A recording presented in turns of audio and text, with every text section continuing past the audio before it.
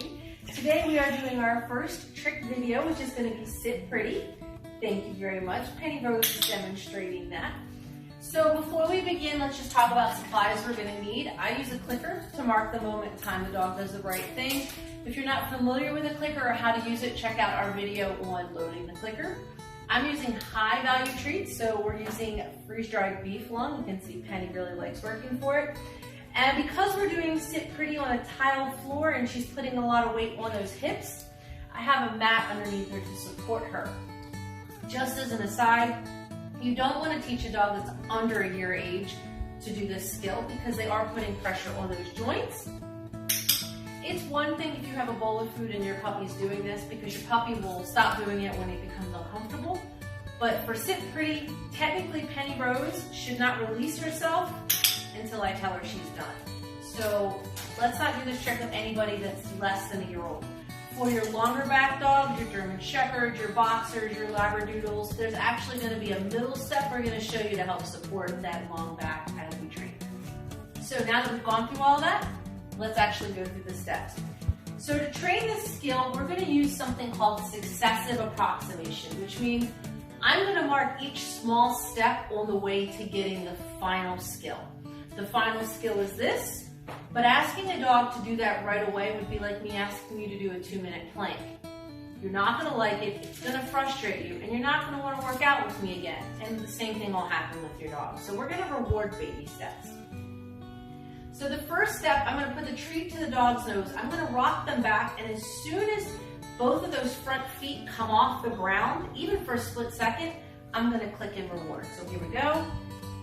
Right there, and I'm going to feed her and immediately pull away, let her put her feet back on the ground.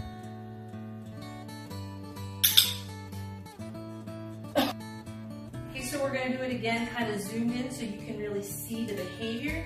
Treat to nose, I'm rocking back towards the butt. As soon as those front legs come up, I click and I reward, and I pull my hand away, letting her body hit the ground again.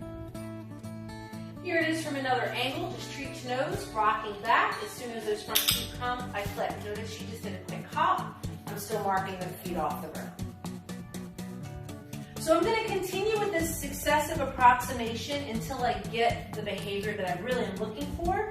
In this case, nice, straight, tall. Now see, she jumped up. I just won't click for that. I'll click and let go. So I'm looking for that nice Sit Pretty, that much better. When I can get that easily, and just as an aside, you really only want to do this 5 to 7 times at any given moment. It is a lot of work for their core muscles. It would be like asking you to do a wall squat over and over and over and over again. So 5 or 7 reps, then give them a break. So now that I've done she's had her break, and she's easily following my lure, I want to move her to a hand signal. So I'm going to do the exact same thing I was doing, but this time there's nothing in my hand. There's no lure.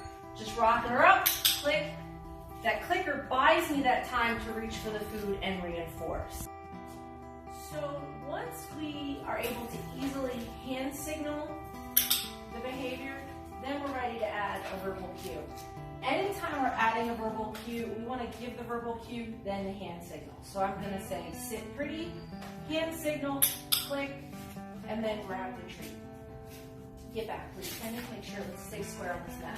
So again, I'm going to introduce the new cue, Sit Pretty, hand signal, click, and treat. Once the dog is 90% successful with doing that behavior, then you can try just the verbal to see if it works. Penny Rose, Sit Pretty. That's fantastic, good job. Some people keep it to just a hand signal. With my deaf dog Fuzzy, obviously all of her cues are hand signal. As your dog gets more proficient with the skill, not yet. As your dog gets more proficient with the skill, stay, you can add some distance. Penny Rose, Sit Pretty.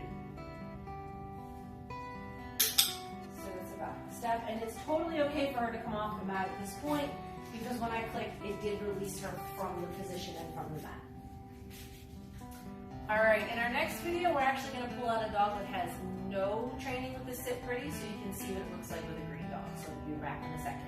So this is Zippy. Zippy is new to the Procyon family. He's a pretty green dog.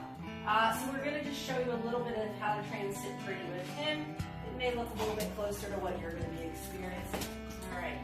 So again, I want to make sure he's up on this mat comfortably.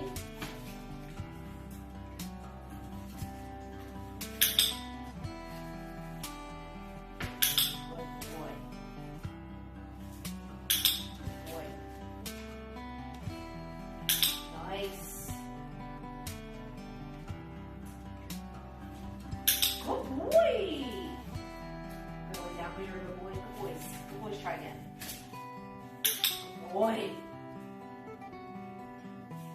Good job.